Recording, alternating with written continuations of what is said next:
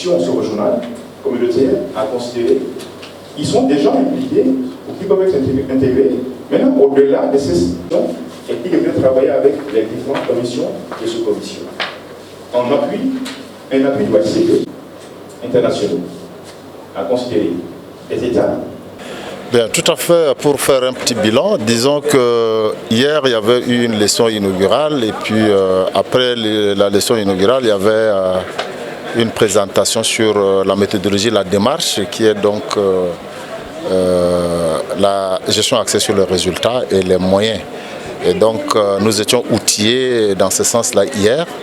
Et juste après ces sessions de renforcement des capacités, les groupes s'étaient constitués. Donc c'est comme ça que j'ai l'honneur de présider le groupe 4 qui porte donc sur la relance économique et l'amélioration de la condition de vie de la population.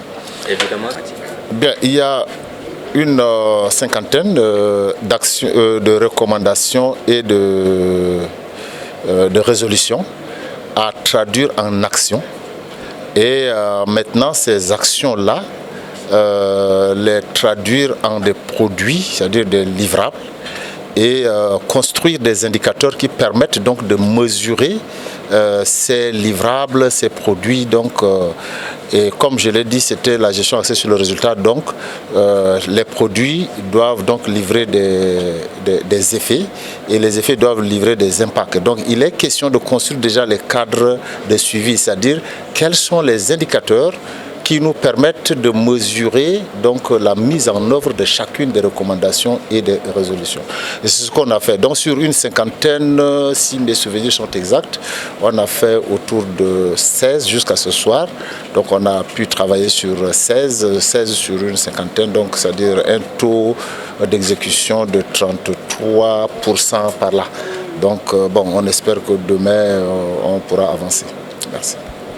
Bien, tout à fait, ça c'est l'une des difficultés que nous avons rencontrées lors de l'analyse, de la construction des indicateurs. Ben, disons qu'il y a des actions qui peuvent se faire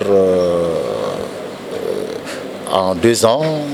Il y en a qui ne peuvent pas se faire en 2 ans. Par exemple, la condition, niveau de vie et conditions de vie d'une nation, ce n'est pas observable en 1 an, 2 ans. Donc c'est, disons, un peu l'impact. Les effets, on peut le voir, mais l'impact, quelquefois, c'est un peu à long terme. Donc là, nous avons pris le soin d'indiquer, de signaler et de faire observer qu'effectivement, il y a des choses qu'on peut voir. Par exemple, s'il y a des routes peut-être à améliorer, bon, peut-être en 18 mois, 6 mois, on peut avoir déjà comme produit, c'est-à-dire la route a été déjà retouchée, les rues ont été retouchées, on peut avoir quelques effets, le trafic là-dessus, mais maintenant, l'apport de cette rue, par exemple, dans l'économie, qui est l'impact, et là, il faut un peu du temps pour mesurer. D'accord? Donc voilà un peu cet exercice. Donc nous avons pris le soin de noter effectivement qu'il y a des résultats qui peuvent être observés en 6 mois, peut-être en 1 an ou en 2 ans. Mais il y en a qui doivent aller au-delà donc de ces 2 ans. De les 24 mois. Donc nous avons pris le soin de consigner effectivement dans tous les documents que sur lesquels nous avons travaillé. Voilà, que le groupe, je suis facilitateur, donc voilà, que le groupe a travaillé. Quand on parle de mécanismes, c'est beaucoup de choses. Hein. Un mécanisme, il y a des dispositifs, il y a des méthodes, il y a des moyens, donc c'est tout un ensemble. Hein. Alors, ce qu'on a mis ensemble, c'est que, bon, on a construit d'abord les indicateurs qui nous permettent de mesurer. Mais maintenant, comment mesurer? Alors il y a des méthodes qui sont consignées, donc les méthodes classiques et traditionnelles, hein, qui consisteraient peut-être à faire des enquêtes, des interviews, à lire les rapports, etc. Donc les méthodes de collecte de données qui sont consignées. Et nous avons effectivement CTA qui est là, le AICP qui est là, et donc qui vont continuer également CIS qui est là pour pouvoir donc sur le plan organisationnel et institutionnel, il y a effectivement des corps qui sont déjà en place pour procéder. Mais comme on l'a vu, c'est que le suivi est interne et c'est continu. Et l'évaluation est souvent plus externe et ça ne se fait pas comme le suivi. Donc l'évaluation, c'est peut-être 2 fois dans l'année ou 1 fois, ça dépend de ce que les moyens permettent. Voilà, donc tout ça c'est conscient. Ok, l'axe 1, défense, sécurité, paix et cohésion sociale et réconciliation nationale, comporte l'ensemble des leviers d'intégration des conclusions en termes de négociation avec les procès militaires de Doha qui ont pris part aux dialogues nationaux inclusifs et souverains, et aussi les leviers internes endogènes au niveau État ont enclenché pour pouvoir construire les éléments d'intégration et de construction de la cohésion nationale. Et au-delà, la république nationale. Nous avions en sorte la question en lien avec les victimes du régime président Abré, la question appartement depuis le président Abré, la question des républiques internes, mais aussi des conflits communautaires, aujourd'hui assez réguliers et récurrents sur l'échiquier national. Donc, au niveau résultat, nous avons produit des actions menées par les commissions thématiques et techniques du ICP et du CTA, mais au-delà, des indicateurs qui ont été produits pour nous permettre de suivre le mouvement en termes d'étapes de construction dans l'appui apporté au gouvernement. Ces travaux, il n'était pas question d'adopter encore de nouvelles résolutions, non, mais c'était plutôt de procéder à une élaboration d'outils techniques nous qui pouvaient permettre aux différentes commissions thématiques et techniques de pouvoir avancer dans la production des textes, la production des programmes ou des projets qui peuvent soutenir et alimenter les résolutions en termes d'attente de mise en œuvre. Des outils de suivi du processus, mais aussi de suivi de résultats qui ont été conçus, alimentés, et donc la compilation est déjà engagée pour nous permettre d'avoir un document unique, référentiel pour l'ICP. Le mandat temporel de transition est de 24 mois. Le temps est déjà amorcé, il nous reste autour de 16-18 mois. Le mandat également en termes de volonté nationale, transcrit dans les conclusions du dialogue, nous donne la possibilité d'agir. Nous agissons dans le temps qui nous est encore favorable. Jusqu'au point où, arrivé à l'échéance du mandat, qu'est-ce qui est évacué, qu'est-ce qui n'a pu être évacué, et il revient aux Tchadiens de réfléchir à un nouveau mécanisme de continuité ou de révision de ce qu'il y a eu à faire. Alors, merci à vous de me passer la parole. Déjà, ce que je peux dire en termes d'analyse, c'est que l'objectif est en train d'être atteint.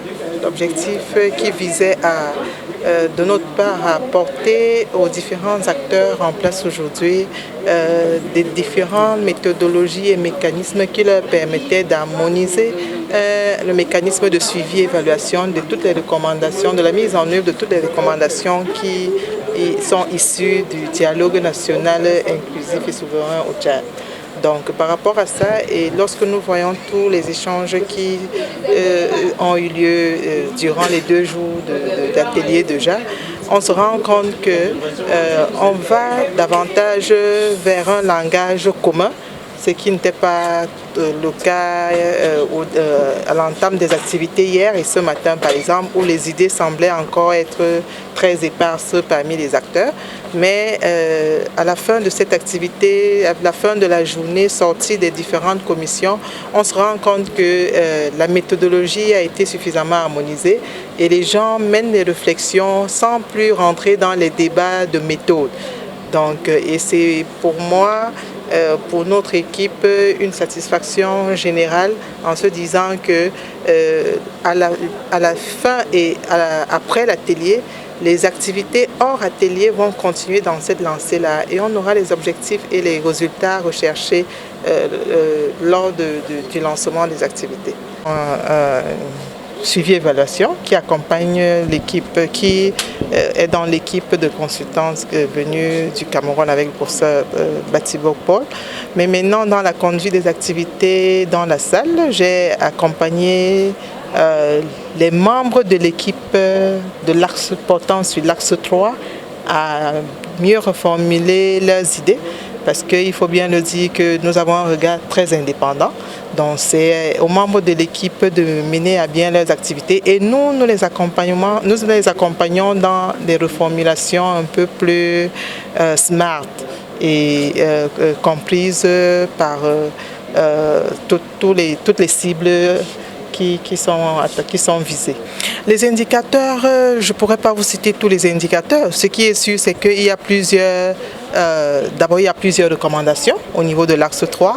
Maintenant, au niveau de chaque recommandation, il y a eu plusieurs actions à mener sur le terrain. Et en termes d'action, les indicateurs également corroborent en termes de chaque axe et chaque produit.